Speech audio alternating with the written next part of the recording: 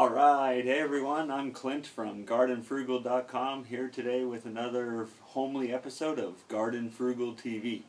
So, I want to welcome you guys back, and it's going to kind of give you why I chose to do this episode today. So, have some early blight issues going on in the garden on some of my tomato plants, and I addressed it with just some home remedies, and thought this would be a good way or a good idea to share with some of you guys. So, every time you have an issue going on in the garden, you don't really need to jump in your car and drive down to the, nursery or hardware store or anything like that. You could probably use just a lot of items you already have laying around the house. So, some of these are great. They're natural, organic, and you're not having to use any nasty chemicals or anything like that. So, the blight is a fungus or issue, and for any plants that have fungus issues, you can use a couple different things. So, alright, and a good fungicide to start with is apple cider vinegar. So, this is just a organic apple cider vinegar.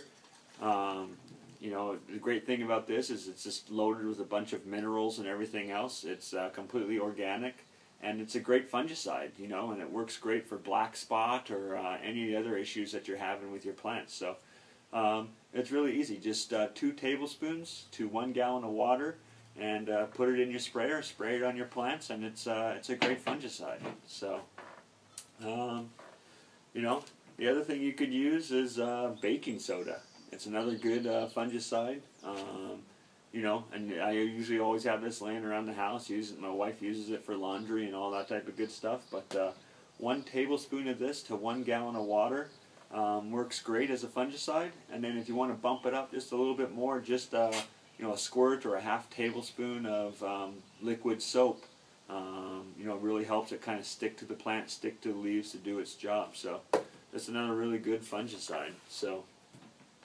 another thing here, you'll see a lot of people use molasses. So you can basically just use this as it's a really good fertilizer. So if you guys follow me, doing it organically is the way to go, not using any chemical fertilizers.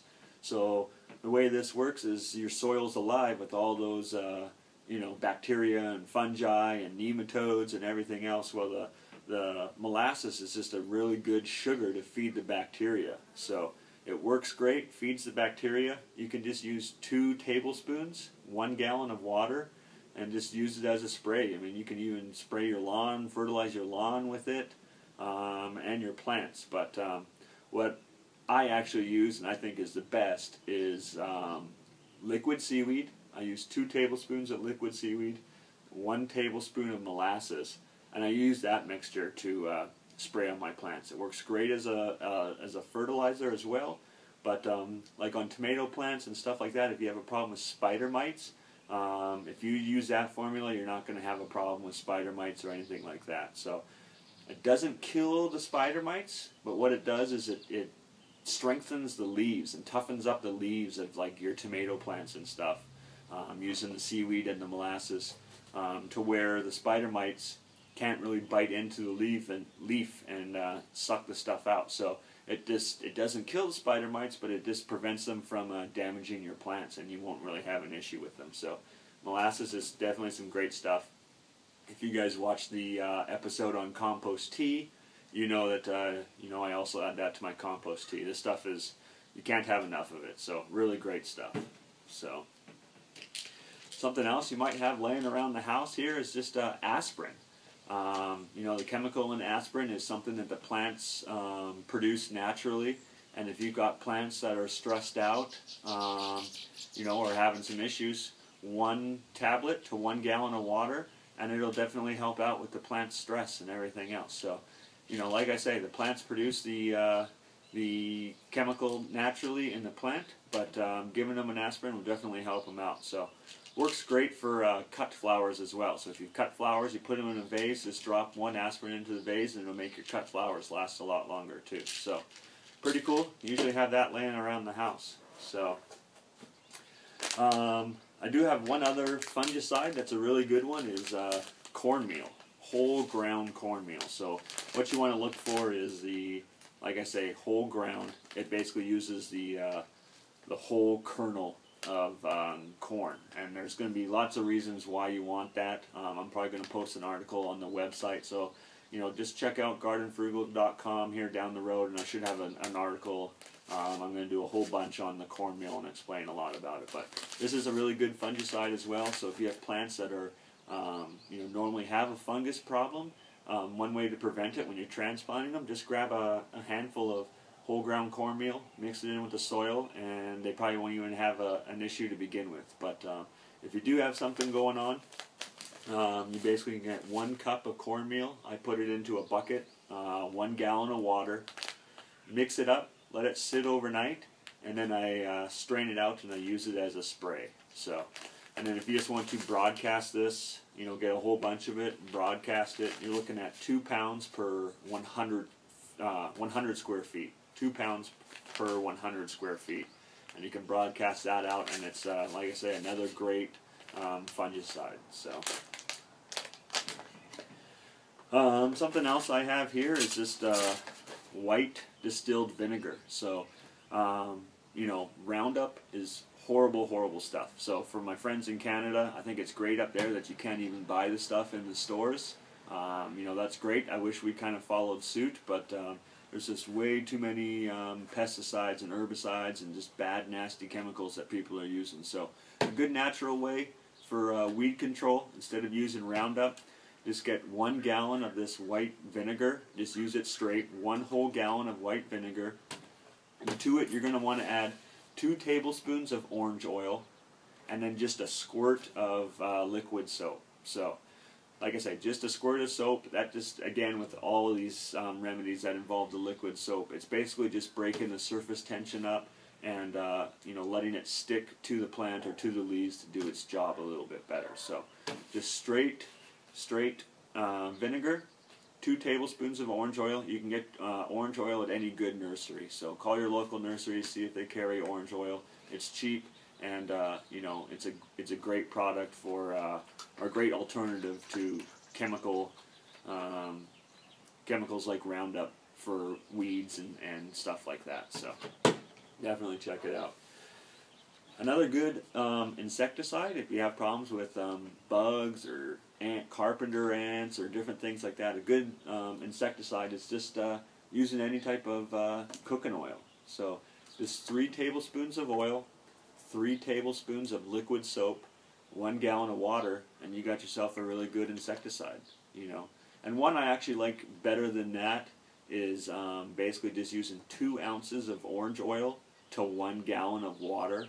And that works really well as an insecticide. So you can give that just a little tiny squirt of liquid soap, and it'll do a great job for you. So I actually like that orange oil and water better than the cooking oil. But use what you got. So the last thing is Epsom salts. So for those of you that have grown tomatoes, maybe you've had a problem with blossom end rot or something like that, and it also occurs in other vegetables and stuff, but most people see it on tomatoes.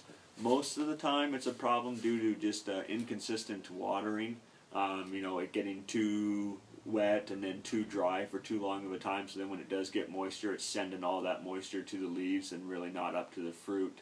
And it's a calcium deficiency, basically, is what it is. So the water and the moisture coming into the plant is getting directed to the leaves instead of the fruit, and then the water is what carries that calcium up to the fruit. So, the best way to prevent it is, constant watering. If you use those self-watering containers that I made in another video, you won't really have that issue with water.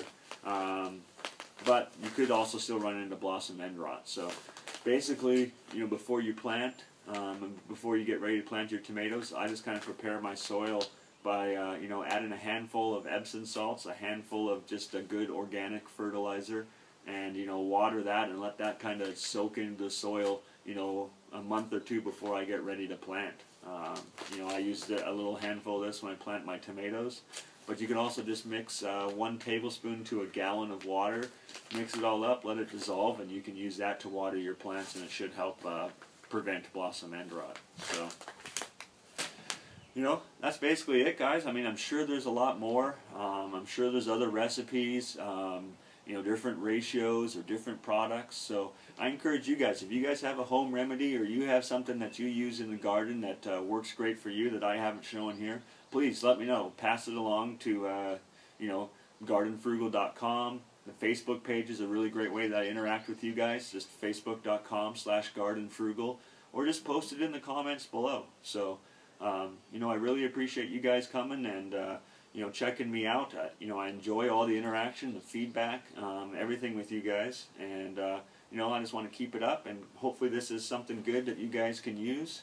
And like I say, I look forward to hearing some of your remedies. I'm sure there's a ton of other things out there that you can use that I don't know about. So please pass them along, and definitely, like I say, check out the Facebook page and check out the website. Like I said, I'm going to be doing some more articles. I'm going to probably dive into an article on the cornmeal as well. There's lots of different uses for it, and I'm going to kind of go into more of why you want to use it and what's so great about it and why you want to use the whole grain. So anyways, guys, as usual, until next time, know your limit and grow within it. Alright guys, take care. See ya.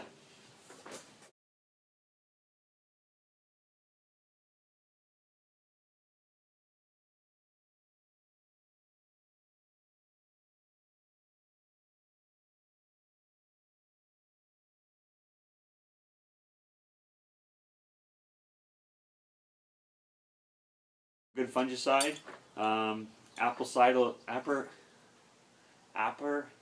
oh my god.